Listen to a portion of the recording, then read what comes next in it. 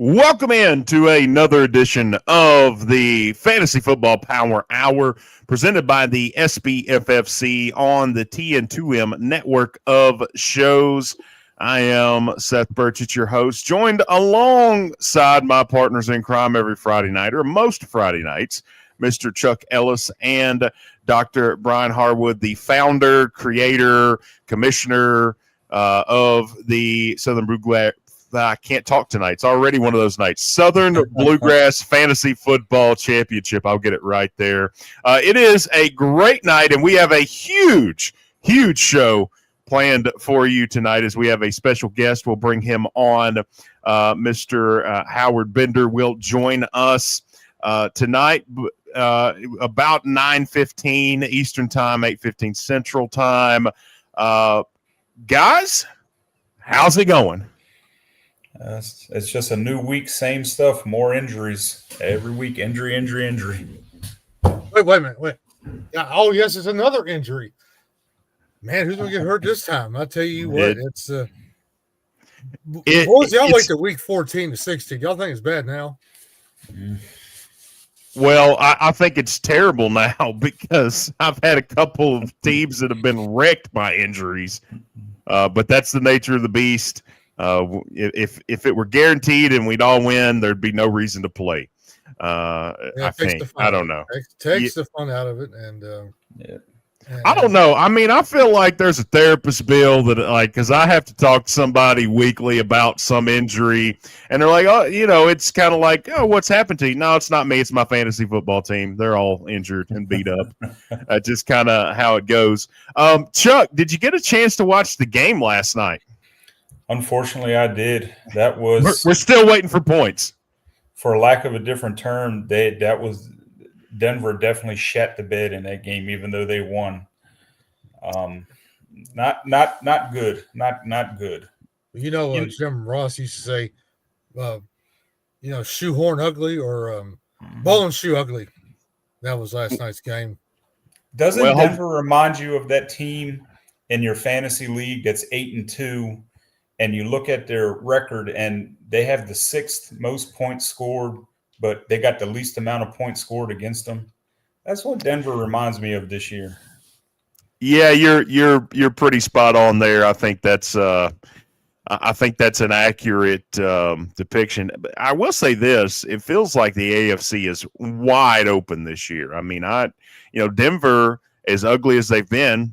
They're a team that's been competitive. They're one of the better teams in the AFC just in terms of record. Indianapolis. If you had told me Denver and Indianapolis would be in the playoffs at the beginning of the year, I would have told you that you're crazy, and I would have wanted to know what you were taking and maybe tried to avoid it. Dr. Harwood, I mean, it's been kind of topsy-turvy. But in terms of fantasy, wasn't a lot going on last night. I mean, you had people, I'm sure, playing – Genty, Bo Nix, Sutton, your usual suspects there. Brock Bowers had a disappointing game as well. But for fantasy owners last night, not only was it underwhelming in terms of score, but underwhelming really for fantasy owners last night. Well, I'll tell you what, we do have a new number one team on the season leaderboard because of last night's game. Pony Express, Jeff Hardesty out of the Studio 1 division. The only reason why he went to first place was because he had the two best players in last night's game, Troy Franklin and Ashton Genty. And also, I was telling you guys, like I could have made a bet on Caesars plus 240 parlay that both Genty and J.K. Dobbins would get 60 yards apiece. And I would have won $240 off a $100 bet. And I didn't do it, but what I did was I bet. You can blame me for that, Harwood. I did go Genty at 40 yards, Dobbins at I think it was 50, and ended up winning $108. So I mean, I did do a little parlay, but it wasn't as high of a stake as it was. But I kind of lowered the standards a little bit, and I've got Genty in the SBFSC, and I'm in a must-win situation, so I was thankful for him. But I had another Raider, Trey Tucker, who I thought, hey, he's going to take some of these points away from Jacoby Myers, but he just did not He had the opportunity, just didn't produce. So my winning bet was Genty at 40+ rushing yards, Dobbins plus 60. I could have won the bet at 60 and 7. Wonder what that would have paid out. So, but the passing game was nothing. I lost Cortland Sutton. It was a Chelsea Messenger and fantasy guru John Hansen had the 53 half. Didn't come close. Well, I'm glad somebody did well from that game last night because I don't think anybody else did. Again, you played Genty because you had to, and that certainly you took him in the first round, most likely, or second round. Actually, he was falling in a lot of leagues, so you took him high. You're going to play him. Just not a ton of fantasy value last night, and really one of the more underwhelming Thursday night games, Chuck, that I can remember from this season. We've had some pretty good ones this year, but that one was just a barn burner for all the wrong reasons. Yeah, I agree. And something that kind of went unnoticed, or maybe not unnoticed, but is not really being talked about. There was a tackle in that game on Dobbins where he was hip dropped and tackled, and he got a foot injury that he's getting a second opinion on. So we'll have to see how that works out. Well, that would be par for the course for this season. Another running back out. It feels like running backs have been, I don't want to say fragile because I don't think that's fair to NFL players who condition and this is their job. But at the same time, we've had an extraordinary amount of injuries at really a lot of your skill positions, particularly quarterback and running back. It feels like this season have been the worst of it. I got to tell you, it makes handcuffing guys, especially at running back. And we'll talk to Howard Bender about that as well here coming up in about 10 minutes about how important it is to handcuff your guys. Because if you don't have those handcuffs, especially right now, you might be struggling a little bit. Agreed. They might have to change the NFL and call it last man standing. Well, so I mean, it feels like Cactus Jack and Triple H from the 2000 Royal Rumble. Actually, I don't think that was the last man standing match, but it was a doggone good match. I think it was a street fight, and Cactus ended up with a pallet in his leg. But anyways, there's my wrestling reference for the night. Which, by the way, while we're on that, next week we will have a special Tuesday night edition show where we will welcome some veterans onto the show, as it will be Veterans Day. And we, in part because we want to celebrate veterans, but also a week from tonight, yours truly stepping back in the ring for the first time in over a year. Comeback tour. Well, I'm coming back for just a cup of coffee and probably going right back into retirement. I don't know. But you going to have an autograph signing, or are you going to have like a pre-show? I'm not doing a pre-show thing, but I'm sure I'll be around for a lot of the night. Meet and greet autographs. Yeah, well, you ought to come, Dr. Harwood. What's that? What time is the show? What time does it start? 6 o'clock. Oh, that's early time. You got to make sure you drop that elbow off the top rope. Well, listen. If I drop an elbow off the top rope, guys, I'm not coming back to this show because I'll be in a hospital somewhere. No, I was not made for the top rope, guys. I'm trying to get him trained so he can do a moonsault. Listen, I know Vader did it, and there were some guys that wanted me to try to do a moonsault, and it was not happening, just not happening. Now, speaking of Vader, it's not necessarily talking about injuries about the NFL, not for long. I think Cactus Jack and Vader, whenever Cactus Jack lost that ear, that was more gruesome than the palate. Well, yeah, he lost his whole ear. So, yeah, that would do it. Yeah, that was in Germany. Yeah. Yeah. Those watching and maybe joining us for the first time, this is not a wrestling show, but I know that Dr. Harwood, myself, and Chuck, I think you're more of an old school wrestling fan, but still a wrestling fan altogether. We are getting questions in. We're going to hold questions until the final segment, where we will have Howard Bender on with us to give his brilliant insight. Bring the questions on. Yeah, bring your questions. Start, set, trades. I mean, how long do trades last in fantasy football? Because it feels like we're still having trades and we're past the trade deadline in the real league. I don't know, but go ahead. Well, for SPFSC Dynasty leagues, trade deadline is next week. Okay. Same in mine. Friday. It's next week is the last week for mine as well. So, and then what I'm going to start doing is all the owners that paid for draft picks for 2026, they're going to have to start paying some bills on League Save because I'm not letting them quit. If they acquired or traded a draft pick asset, bills will be coming due on invoice. Well, you're going to have to visit the pay window. The pay window. Well, before we get to break, we're pulling it out a little bit earlier this week because we have a guest on. Chuck, what's on your mind this week? Well, this week I have for my serious talk, I have a couple of head coaches I need to chat at. We'll start with Mr. Payton from last night's game. Sean Payton's been around a while. He's done this before. He played against a team last night that has a suspect secondary at best. And the script that they played last night was extremely safe. I mean, their first 3 plays were runs and then punt, and then they have Courtland Sutton running a trick play trying to throw a pass. How about you just line up under center, snap the ball, throw the ball to Courtland Sutton and get him involved? They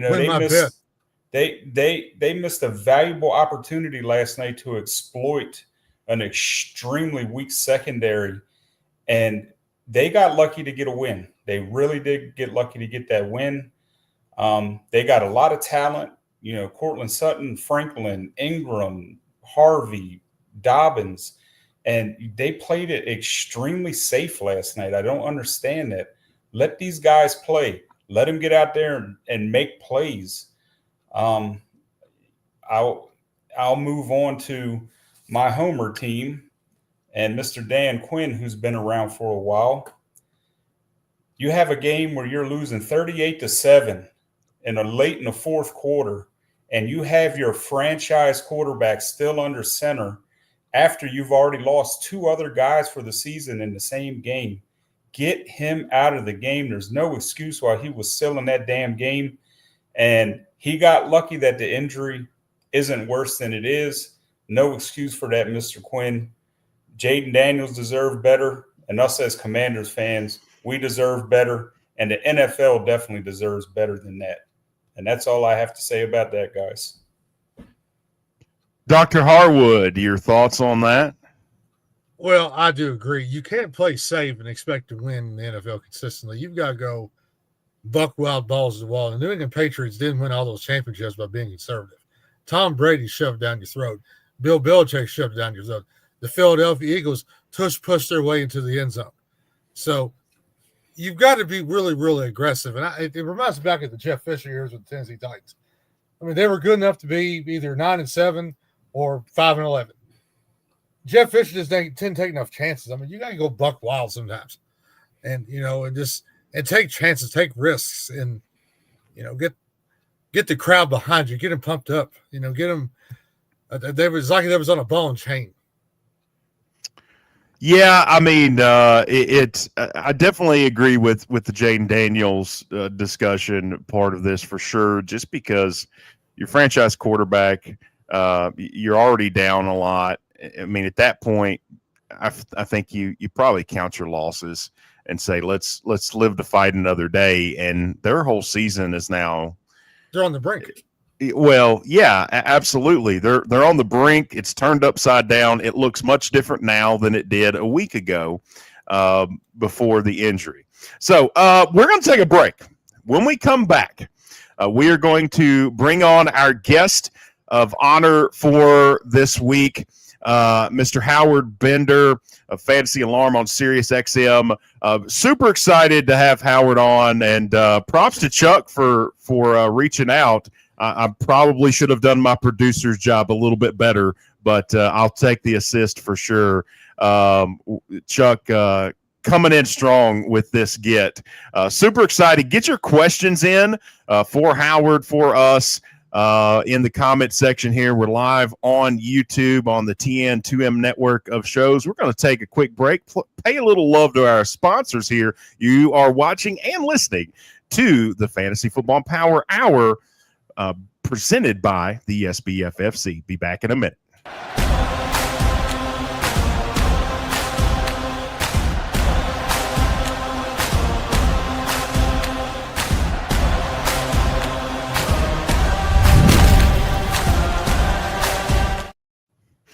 That was our sponsor, Trophy Smack. Check them out, trophysmack.com, for all of your fantasy championship needs. It doesn't have to be fantasy football, baseball, basketball, golf, whatever championship you might need. They've got trophies, belts, chains, helmets, Dr. Harwood massages, just whatever you need. They've got it there at fantasyalarm.com.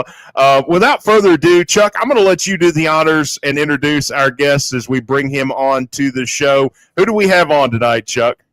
Well, we have probably my favorite host on the Sirius XM of fantasy channels, the Fantasy Alarm. This guy is funny. He's also extremely intelligent. His name speaks for itself, Mr. Howard Bender. Mr. Bender, Howard, thanks you so much for joining us, taking some time out of your busy schedule and joining us tonight. Chuck, I had it in my rider that you're also supposed to say downright handsome. Yes, sir. It was right on the tip of my tongue. Or is Right it downright handsome or damn right handsome? Well, I'm trying to keep it PG-13 for the kids at home. So, it's Dr. Harwood. I hear you're, the massage therapist here, but keep it kind of quiet. Keep it on the down low. Well, I got some girls that would agree with that.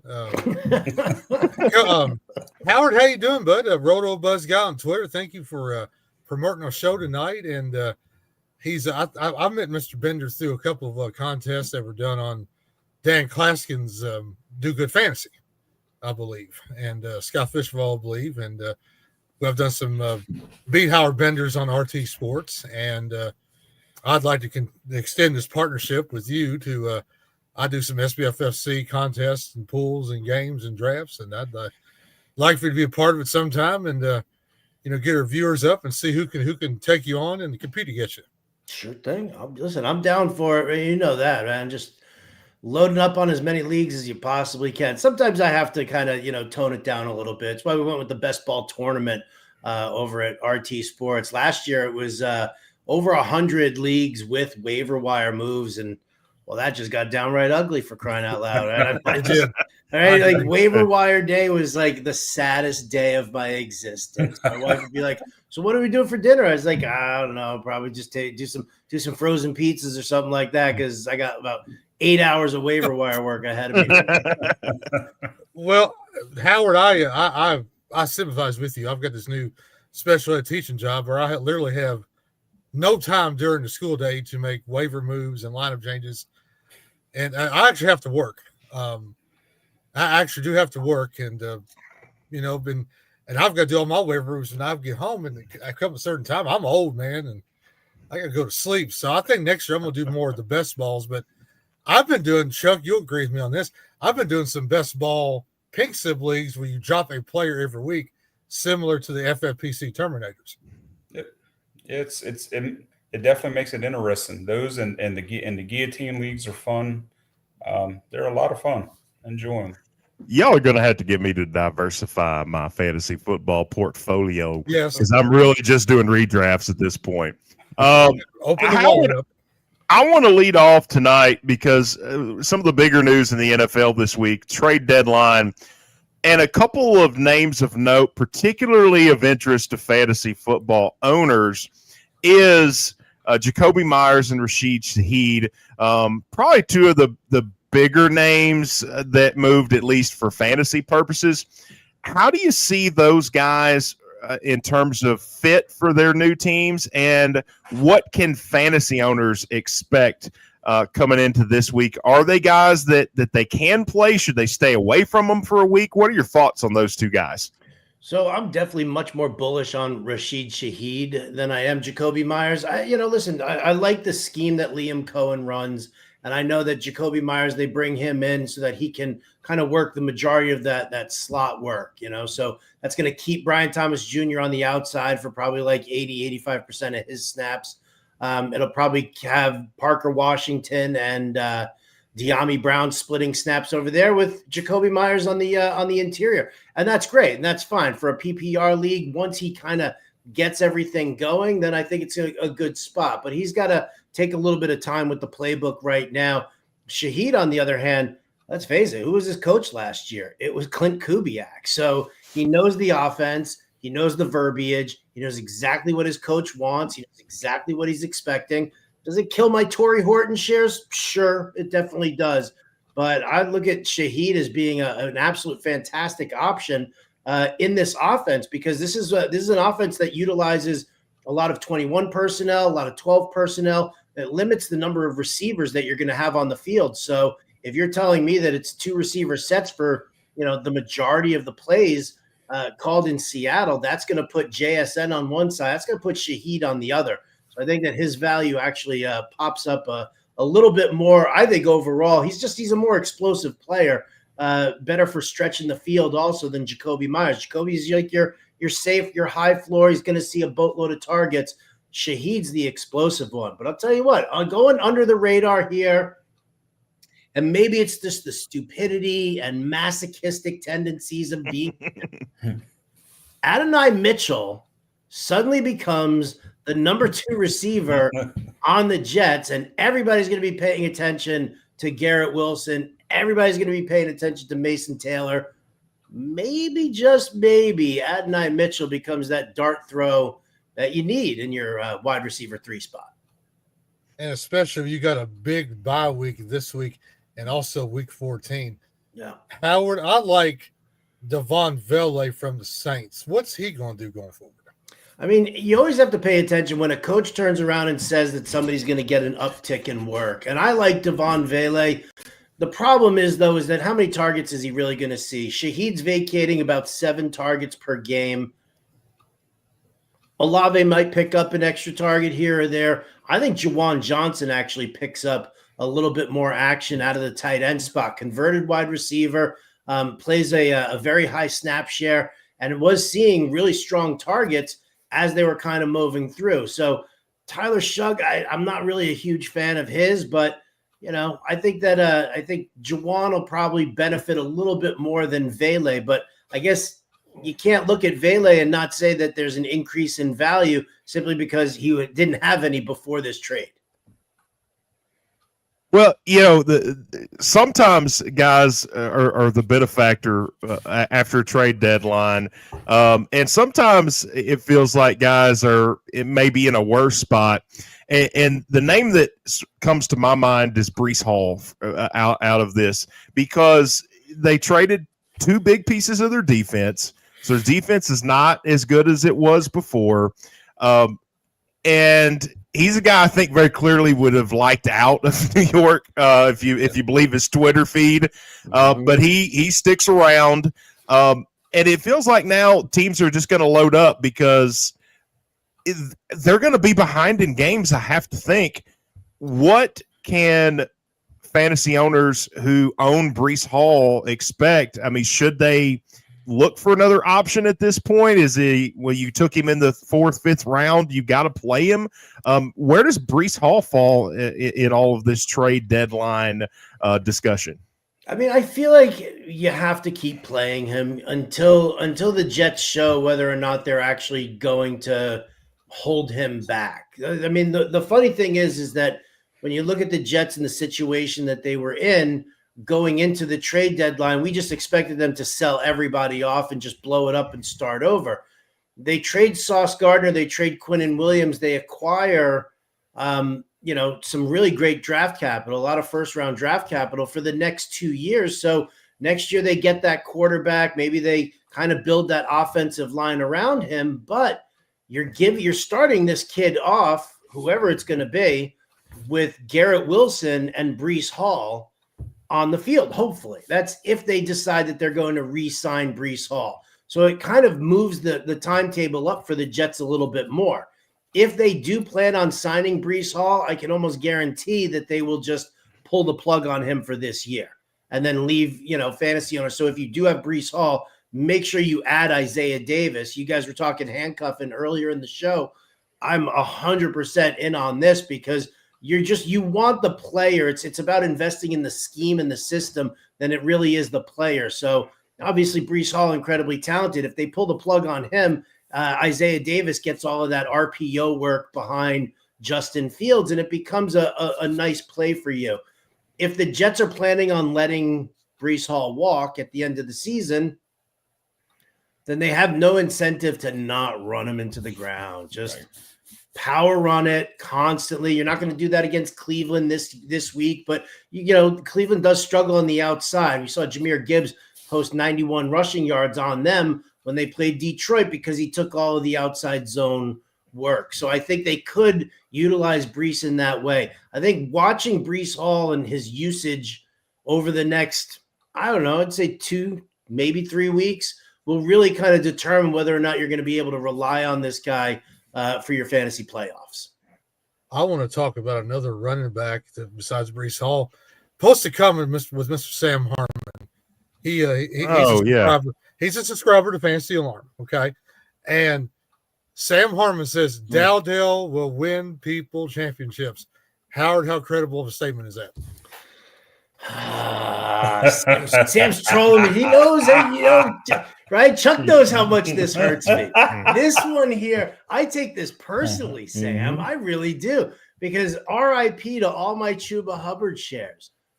What I loved about Chuba Hubbard in this in this system was that Dave Canales always loves one running back, and he loves to just use the one guy. He turned Rachaad White, who was one of the most inefficient runners, into a top 5 fantasy back in Tampa Bay. He then took Chuba Hubbard last year from being a 900-yard, 5 touchdown back into a 1,200-yard, 10 touchdown back. Just volume. When Chuba got hurt, I was honestly expecting, Dowdle to come in. I mean, he came in at the most opportune time, right? You're facing Miami, then you're facing Dallas in a little revenge game narrative. I was like, okay, he's going to pop. It's going to be good. He's going to have, some good value here. But I always just expected Canales to just go back to Chuba Hubbard. But considering Dowdle's on a 1-year deal and he's running as well as he is, that Canales probably grabbed Chuba Hubbard and was like, hey, dude, listen, you got paid. We got you for 2 more years beyond this. You've got the security. Let's let Dowdle finish out this season. We're not going anywhere right now. Let's let Dowdle finish out the season here and see what happens. And that was my whole mindset with it, right? Kind of dismissive of Rico Dowdle. After what, the Cowboys threw him away last year, and they were like, yeah, we'll take Miles Sanders. How great is that, right? Javonte Williams was looking atrocious before he was in Dallas, and they were like, we're done with Rico Dowdle. So I'm totally negative about it. Then he goes and he just absolutely annihilates the Packers. Ripping up chunk yardage after chunk yardage to the point where it was listen, so this guy is going to see 20 carries per game because that's what Canales does.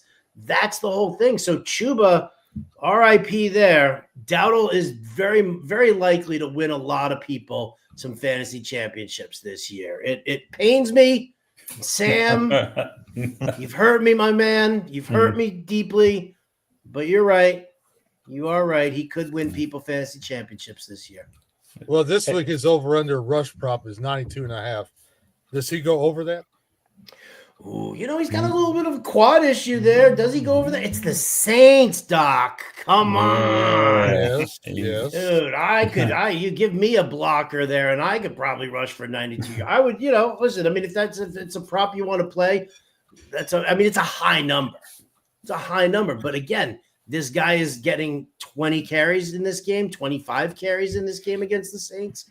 So, yeah, I would probably take the over on that. Hey guys, one of the things I want to mention is to me the biggest trade, and it's probably not as sexy when we're talking about fantasy, is Sauce Gardner to the Colts, and not necessarily Gardner to the Colts. We know Charvarius Ward is on IR, so they're filling a need. But trading 2 first-round picks, does that give you the impression the Colts think they have their franchise quarterback and they're filling a hole on defense to make a run deep into the playoffs this year? That's the impression I have. I think they're all in on Daniel Jones. Yeah. And thank you very much for not calling him Indiana. I really appreciate that. That's another one that grinds my gears. Stop giving this guy nicknames. Every time he gets a good nickname, he sucks. What I like, Daniel Jones, started off the season like a house of fire. He's kind of mellowed out a little bit. He's a good, solid fantasy QB who gives you that rushing upside. And just imagine being like that linebacker who has to decide, do I chase Daniel Jones down, or do I have Jonathan Taylor coming right at me? And if I jump too soon to stop one of the runners, you're just going to dunk it over my head to Michael Pittman. I love what the Colts are doing. I absolutely love what they're doing. I agree with you. I think they are pushing the chips all in. I do feel like they believe that Daniel Jones is so much better than what we saw with the Giants. And so, and you look at it, right? Strong offensive line, very, very supportive ground game. I know he had Saquon Barkley before, but they never had an offensive line to help with any kind of protection. And now, when you've got the scheming that's being done by Shane Steichen to end up, to utilize the RPO in more, in several different ways, it really looks good here for Indianapolis. That game against the Steelers, it happens, right? You get those games that pop like that. But I think if you're looking at the Colts from a fantasy standpoint, there's nobody more consistent than Michael Pittman. Daniel Jones is a rock solid guy to use. Jonathan Taylor rules. I have so many shares of Jonathan Taylor. It's like, you remember when you'd like come into in the winter and from the snow and, you'd be like all cold. And mom would just wrap you up in a little warm blanket, plop you down in front of a roaring fire, giving you that cocoa with the little mini marshmallows up top. And you're just like, oh, I feel so much better. That's what it's like having Jonathan Taylor on all your fantasy teams. So, agreed. I dig it. Now, also another running back, Jerry Bagshaw, SPFSC owner, put his comment on there. Do you guys think that DeAndre Swift will play this week? What's up with him? All right, so limited practice Wednesday, full practice Thursday, missed practice on Friday due to apparently a personal thing. We don't know what it was. Ben Johnson comes out and says that with regard to his running backs, he is going to play the hot hand. Fantasy owners absolutely hate that. It's like the worst statement that you could possibly give because it's so many different shades of gray. The question is when he says he's going to ride the hot hand, does that mean Kyle Monangai was balling out last week against Cincinnati? We have to give him this opportunity again, and Swift is banged up. So I think when it comes to Swift, I think he'll be active for the game. We could see him either retake that job and just kind of run with it in a fairly positive matchup here against the Giants, or Swift is going to do absolutely nothing. And they're going to ride the hot hand, that being Kyle Monangai, and maybe Swift gets a little bit of like third down passing work. So I think it's boom or bust for him. I'd be looking at other running backs. I've actually put Swift on the bench in a few of the leagues that I have him. Yep, I agree with that. I'm actually starting Chris Rodriguez over Swift this weekend. Well, no. All right. See, now you're pushing it there. I'm playing Chris Rodriguez. Could be worse. You could start Tony Pollard over him. Oh, right? Well, while we're talking about running backs and running back situations and backfield situations, I don't know that there's a more unstable backfield situation than there is in Arizona right now. And coming into the Monday night game, I think Knight was the guy everybody was on, and DeMarcado gets more of the run. How do you see that backfield shaping out until Trey Benson gets back? Until Trey Benson comes back, I think that Bam Knight will probably share some carries with, maybe with Michael Carter if they keep him up.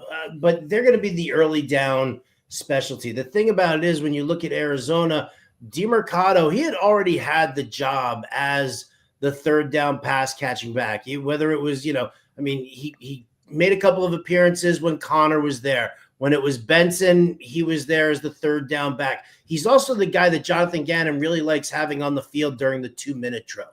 So anytime that they're in a hurry up situation, DeMarcado is going to be there because they like the check downs that are coming his way. So when I look at this situation, pre-Trey Benson, I'm not really interested in Bam Knight or Michael Carter. But DeMarcado, especially if you're in a PPR format, I think he actually becomes a much more usable asset who will retain. I mean, let's face it. He lost his job when he celebrated the touchdown and he dropped it, before he crossed the goal line. They put him into the doghouse, but he got out nicely here. We saw him, get some good work this past week. And I think that that's really kind of how it happened. So even when Trey Benson does come back, which please soon for them. Oh my Lord.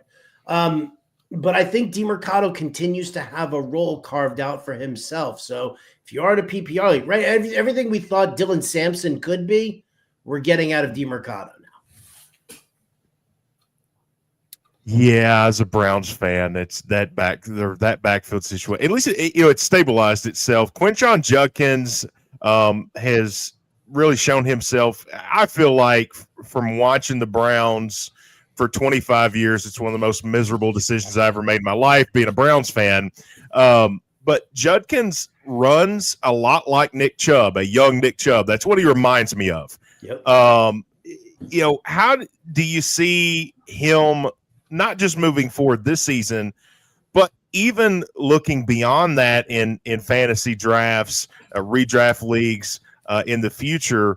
And maybe it's too early to talk about him in that light, but he can't do anything, I don't think, but get better.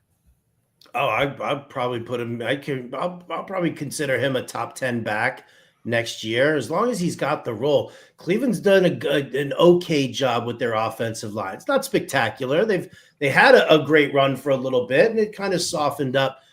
I love watching Judkins run. Over on his prop, what was it, 81 and a half rushing yards this week against the Jets, who were giving up the 7th most rushing yards coming into the trade deadline, and now they just got rid of Quinnen Williams. Dude, competition between you and me here, Seth, about what we're gonna do with our franchises. Who's gonna be worse earlier, you or me? Right? If you guys bring back Deshaun Watson, that's gonna be an absolute nightmare. Public relations nightmare. Nightmare. Wow. Oh, I mean, but I'll tell you what, if I had Cleveland's, situation, and you have to use Deshaun Watson because you got to justify that ridiculous amount of money, you keep him very, very carefully, protected, and you give a lot of that work to Quinshon Judkins. Let Judkins do it. It'd be like, watching Jonathan Taylor with Daniel Jones right now. Mobile QB, can drop a pass here and there. That is, I think that's best case scenario. I'm not. I'm a glasses half full kind of guy. Yeah. Come on, dude. How could you listen? You're so you and I are just, we're in misery right now, right? Yeah. Our football teams are atrocious. Wait. Are you a Guardians fan also for baseball? No, I'm a Reds fan. I actually, yeah, they're not. That's not bad. I'm based I'm from Kentucky. Was a huge Tim Couch fan. When he got drafted to the Browns, I was, I don't know, in 7th grade or 8th grade, something like that. I didn't really have an affiliation, so I said I'm going to be a Browns fan.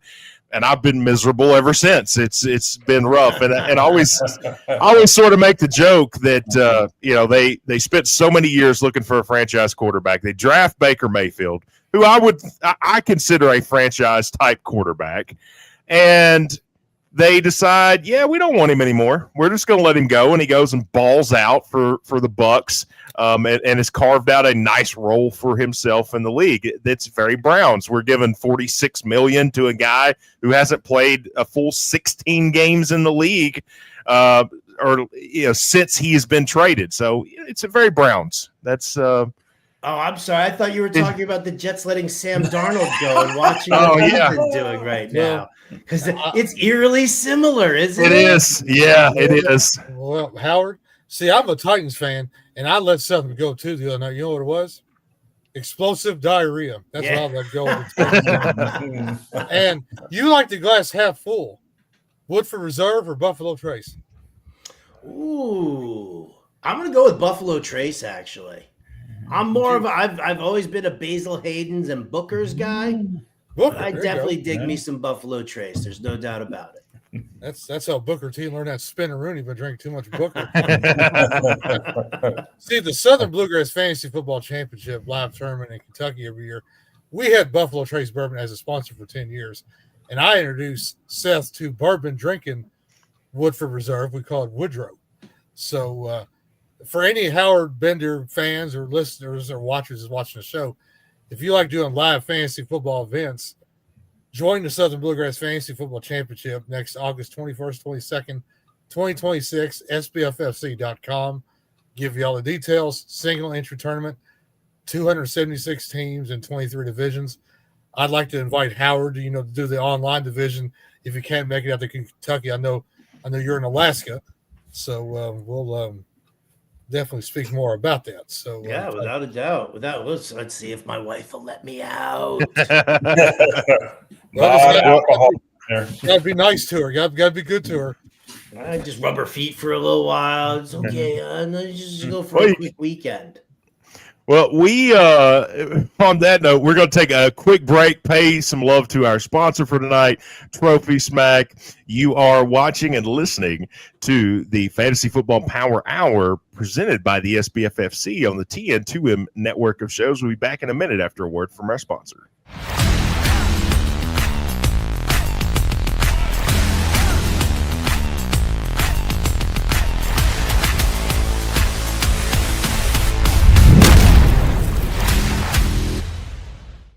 And just like that, we are back.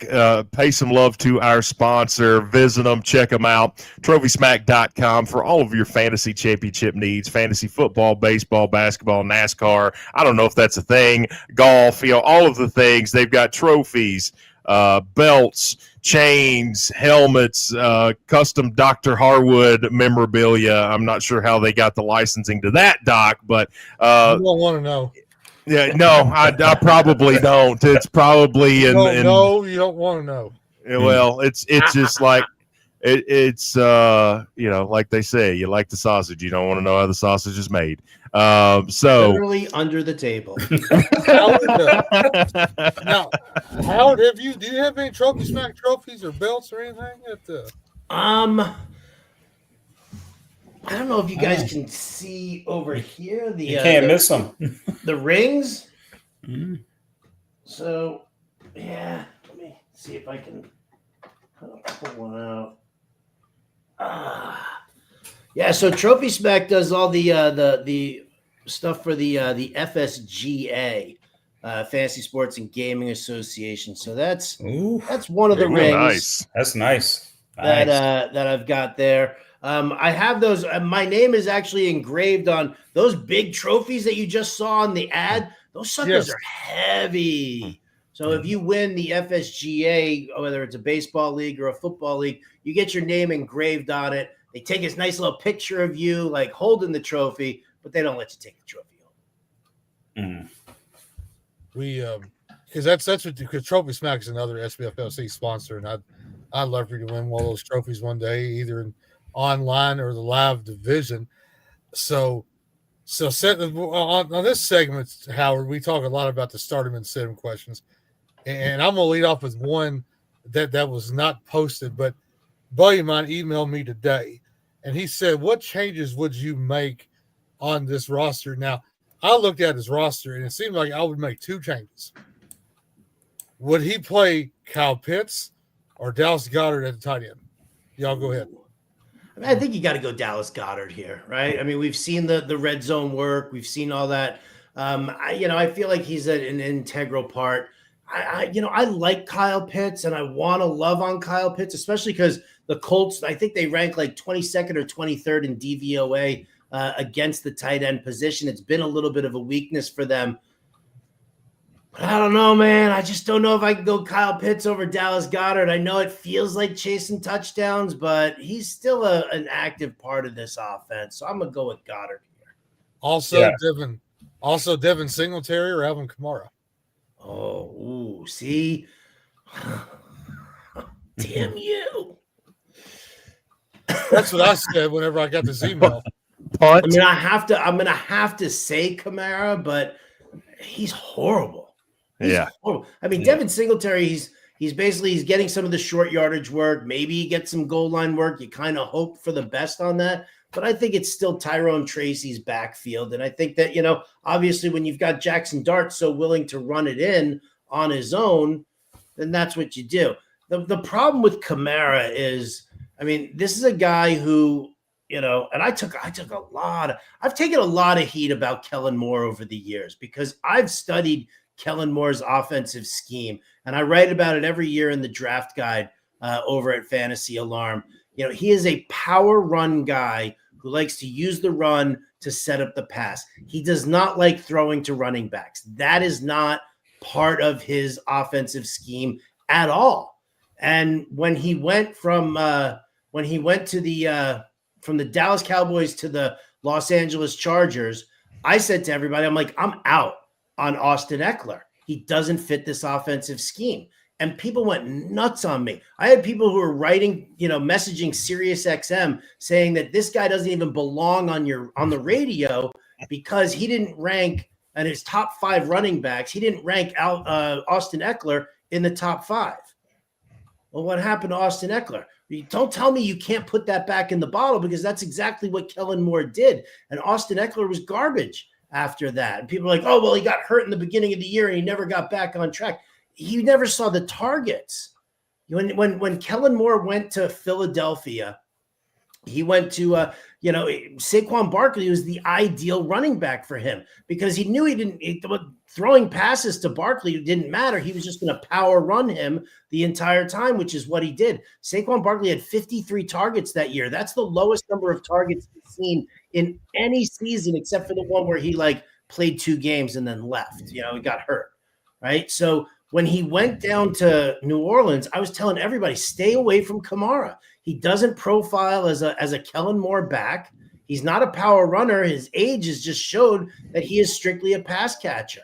And everybody, oh, no, it's Alvin Kamara. You can't put that back in the bottle. And sure enough, look at him. He looks washed out there. He looked gassed. Now, you got to put him in there because he's probably going to see at least an opportunity, a little bit more of an opportunity than Singletary will in this game against the Bears. But you got to tell your friend to get out of the Alvin Kamara business. Find somebody who's willing to, hype up his, late season schedule and just be like, you got to go with him. He's got a super soft schedule coming up here because this is not a guy he's not even startable. He's not even startable, in my opinion. He does have RJ Harvey on the bench, so maybe that might be a bright light going forward. Well, it's a little too late for that one right now. I would have taken that 5.4 points from RJ Harvey crying out loud rather than start Kamara. Well, we've got some listener questions. We're on YouTube, and I'm a radio guy, so I'm not used to. But anyways, I'm gonna throw them up here. Galaxy Pickers wants to know. He's got a trade question. Says, do you trade Addison, JCM, and Hunter Henry for Diggs and Woody Marks in a full PPR? Addison, can you give me those names one more time? Addison, JCM, and Hunter Henry for Krosky Diggs. Yeah, Krosky Merritt, Hunter Henry for Diggs and Woody Marks. I mean, I don't know if I would. I like getting Stephon Diggs. If Diggs is just going to sit in your lineup on the regular, then yes. If those other guys that you're using are filler, because I mean we're all kind of out on Krosky Merritt now, especially with the injury to Jaden Daniels. Not really that strong, So it's basically, to me, I look at this and it's like, and Woody Marks, forget it. They're just, Nick Chubb practiced again today. I was like all set to go in on Woody Marks, but that's not really happening that much. And I just don't really trust him too much in the offense. So I kind of feel like, I mean, it really depends. If these guys that you're trading are just filler, right? If you don't use Krosky Merritt and you don't use Hunter Henry at all, then go ahead, make the trade because you're upgrading from Addison to Diggs and you're getting, the possibility of Woody Marks in there. So if Addison is the only one who starts for you out of that trade, yes, make it. All right, Chuck, your thoughts? Yeah, I definitely agree with that. The best player in that trade is Diggs. JCM he's shown what he is. He's not consistent. He doesn't hit the hole. He is what he is. He's just waiver wire now. I agree with what Howard said. I would make that trade if these guys aren't in your lineup every week. That's what it's about. Is in that lineup, and always depend on who your opponent's got to. You've got to make sure if you make a trade, you've got to find a spot for all these guys in there. So we also have Addison. Ooh, yeah, I would cut bait with JCM Henry. All right, another question. Start 'em, sit 'em question. Do you start Mark Andrews or Colston Loveland? Said Cade Otton and Hunter Henry are also available on waivers. I mean, I really like Cade Otton this week. Right? We've seen Baker Mayfield lean on Otton when he doesn't have his top two receivers, like no Evans, no Godwin, and Cade Otton would always end up, filling in for whichever guy was not being used. So now you've got Ibuka, and he's probably going to see a lot of Christian Gonzalez in this one. So I do love Cade Otton in this matchup. I have a hard time straying away from Mark Andrews. I know he doesn't play a significant snap share, but I mean, if I'm looking at three guys here, Andrews, Loveland, or Otton, Otton's the guy who I want in here. Loveland, I like Loveland. I would like to see a bigger role, but knowing that Cole Kmet is back this week, then I'm kind of shying away from him. Yeah, Otton is the best guy right here on the free agent tight end. Get him. I agree. For 1 week, I like Otton quite a bit. Mark Andrews has burned me too much this year. I mean, he's one of those guys like you have to whether you play him or not, you can't cut him loose because he's capable of putting up 25 points on any given week. But he's also capable of 1 catch for 2 yards, and so you sort of you're taking a risk with him. But this week I like Otton as well. Chuck. Yeah, I completely agree. It's just lately Andrews is basically touchdown dependent. Mm-hmm. He's not even any good in a PPR.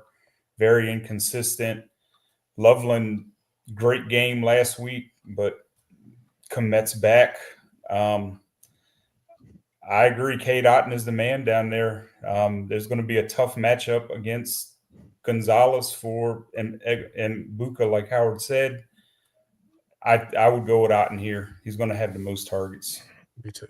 But I don't want to drop Andrews, and I don't want to drop Loveland, right? Mm-hmm. Like Loveland, you're taking 10th overall in the draft. Your coach has talked about how you remind him of Sam Laporta, right? So like you kind of feel like he's going to be building towards something. I just don't know if I can trust him right now. And Andrews he's that guy that it's chasing touchdowns, but Lamar always dials him up. He always looks for him. We know that.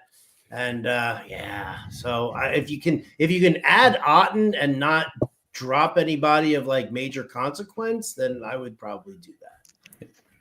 All right, Joe wants to know if there are any trade targets for the playoffs. Like who are you trading or who are you targeting in trades?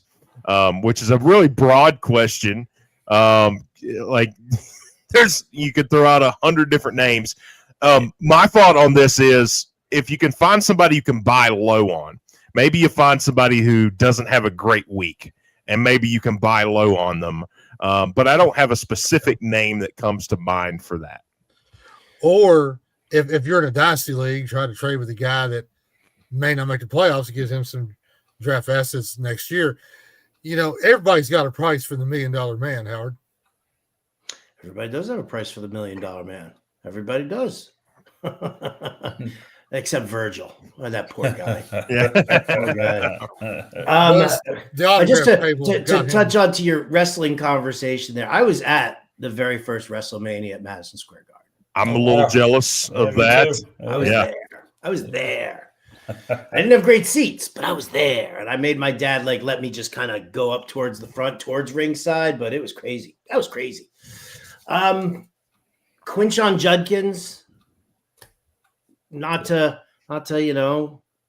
pump any rainbows and upsets ass here, but if you look at Cleveland's schedule the rest of the way, it screams run the football. It screams run the football. I mean, you've got the Jets this week. I think are there 2 games against Cincinnati, I think, that are coming up here? Or is it 1 game against Cincinnati? I believe it's 2, yeah. Oh, I mean, it's so tasty over there. I think that's something. And then, and forgive me, all my Jets brethren out there, but Stephon Diggs, Drake May, I'm even interested in a little Kayshon Boutte, because if you look at the Patriots' schedule the rest of the way, how in the world did the Patriots, like the Giants who have this schedule of a first place team, like Detroit should have had the Giants schedule. But then you look at the Patriots schedule and it's so soft. And so it's like baby poop. It's so soft, right? I mean, that's just, so I look at that front there for those of you out there who lost Jaden Daniels, lost Kyler Murray. If you have a surplus and can offer somebody who has Drake May, something especially if they've got Drake May, because a lot of people have Josh Allen and Drake May or Dak Prescott and Drake May. You know, he was taken as a second QB for a lot of upside. In a lot of situations, if you have somebody who's got 2 viable QBs and one of them is Drake May, that's the offer that I would make. I think he's somebody that you definitely want to target moving forward. A bunch of the Patriots. Yeah, I agree with that. One guy I would look at right now, getting Lamar Jackson back, and he's been a little sluggish and not so great lately. You could maybe slide in there and grab Derrick Henry from somebody and make a playoff run with him. I just hope Derrick Henry can hang in there. I think he's got a little bit of gas left in the tank, and Derrick Henry makes that, or Lamar Jackson makes that engine run. So I would be targeting Derrick Henry here. Mark Henry got some gas left in the tank. Steven wants to know if Cook doesn't start in Buffalo, who's going to get to start there, Ray Davis or Ty Johnson? If it's me for fantasy purposes, I would use Ray Davis. Now, Cook did practice. He returned to practice. They took him off the injury report. So he's actually good to go. And they've got his rushing yard prop somewhere in the mid to high 80s right now. I think it was 86.5 rushing yards is what I saw. So I think Cook is going to be utilized in this one. But what I love about Ray Davis here, this is Miami.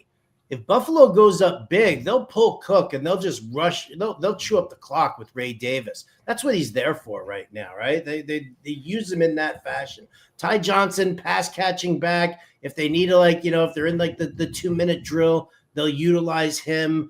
But overall, I think Ray Davis is the guy that you want going up against the Miami in the second half of this game. Yeah, I agree with that 100%.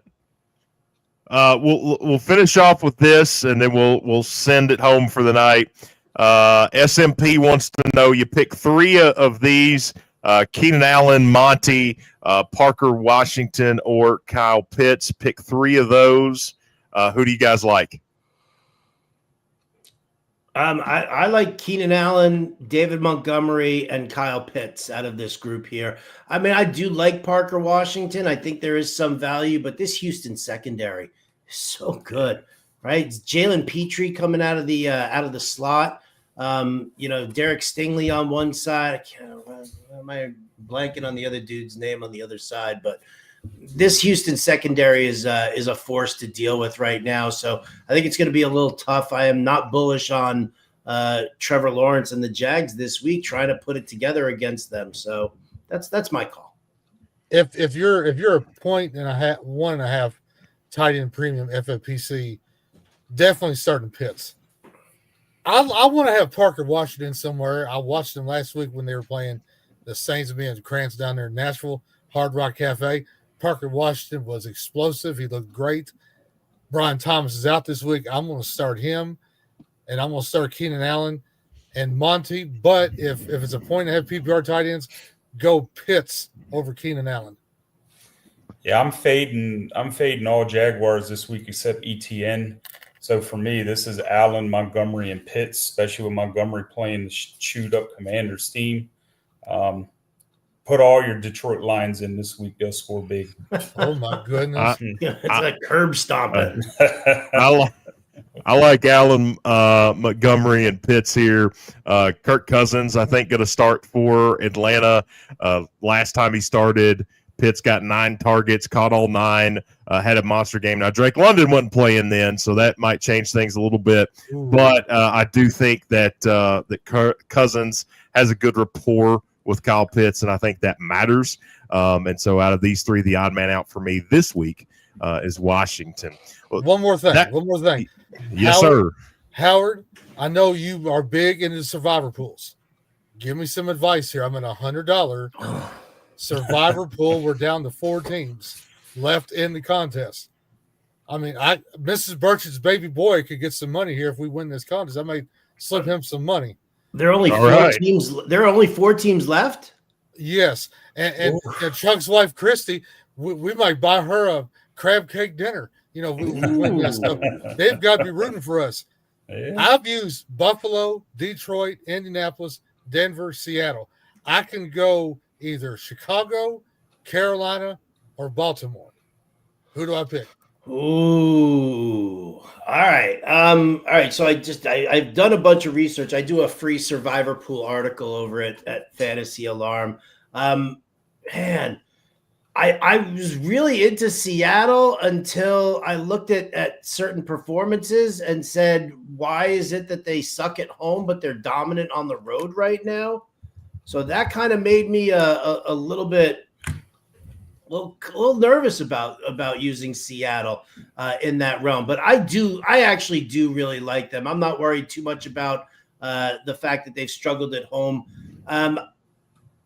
I think they have like a 75% chance win probability in this one. The problem for me is that I don't want to go Carolina. I know everybody says you got to go Carolina, but let's face facts, man. I mean, it's still Carolina. Their defense is definitely better. We've seen Bryce Young crap the bed multiple times. Ted McMillan is now questionable for this game, so I don't even know if he's going to play. There's something about using Carolina that just makes you feel dirty. I would probably go with Seattle, given that. He's used Seattle too. Oh, he's used Seattle. Yes. So he's got you said he's got Chicago, Carolina, and Baltimore left. He's used the Rams. Damn. In this case, then I think I would probably go Carolina and just take that shot. I don't know, man. There's something about I already bet the Giants plus 4.5 against the Bears. All that. Everybody's just so in on the Bears, and Ben Johnson and his offense, and now it's exploding. I'm like, it was against Cincinnati. Everybody does that against Cincinnati. So is there too much hype on the Bears? Could the Giants be a sneaky team? I do feel like they could. I mean, I hate the Saints. I hate everything about the Saints. And a guy who I work with, John Impemba, who is one of my most trusted concierges, he bet Panthers minus the 5.5 points. So there you go. He could pick Cleveland. Well, now you're just being mean, Doc. Why you gotta be so mean like that, man? That's another choice. Gee, yeah. I didn't say nothing bad when you were like talking about your Titans. Jeez Louise, man. Damn. Well, I wouldn't pick the Titans this week either, but they're on a bye, so they're out. So the way I see I have this like data just so that your friend knows. They do have Chicago poolgenius.com. They do have Chicago as their 5th ranked team this week. They're giving them a 67% win probability. The Carolina Panthers have about a 70% win probability, and they have them 7th. So they have Chicago first, then they have Carolina, and then they've got Baltimore a little further down, only a 66% win probability, but they also take into account that the future value of taking Baltimore down the road is a lot better than, Carolina or Chicago. According to them, that you should probably take Carolina. They have a 23% popularity score right now. That's what they're saying. That's the word on the street, guys. All right. Now, Howard, how can SBFFC owners and other watchers listen to your website, subscribe to your website? How can they hear you on Sirius Radio? How can they get to know you on X's? Where can they find you? Where can they All find right. You can find me. All right. So it's at RotoBuzzGuy on Twitter, on Instagram. There is a RotoBuzzGuy page on Facebook. If you are into that TikToking thing, you can go to at the real RotoBuzzGuy. I don't know who the guy was that stole my name over there, but he stole it and I can't have it now. And so I'm just the real RotoBuzzGuy there. You can read my work all over the pages at fantasyalarm.com. I do all the DFS work for us. I do a significant amount of betting work for us over there. You can read my articles in the New York Post, rtsports.com, and you can hear me Monday through Friday, 6 to 8 p.m. Eastern on SiriusXM Fantasy Sports Radio, Channel 87. You can also hear me Sunday mornings, 10 a.m. Eastern on Fantasy Sports Radio.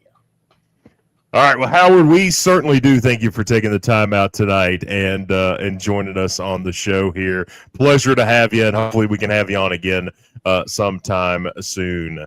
That's going to do it for us tonight. For the good Dr. Brian Harwood, for Howard, for Chuck, I'm Seth Burchett, and you have been watching and listening to the Fantasy Football Power Hour presented by the SBFFC on the TN2M network of shows. Good night, everybody.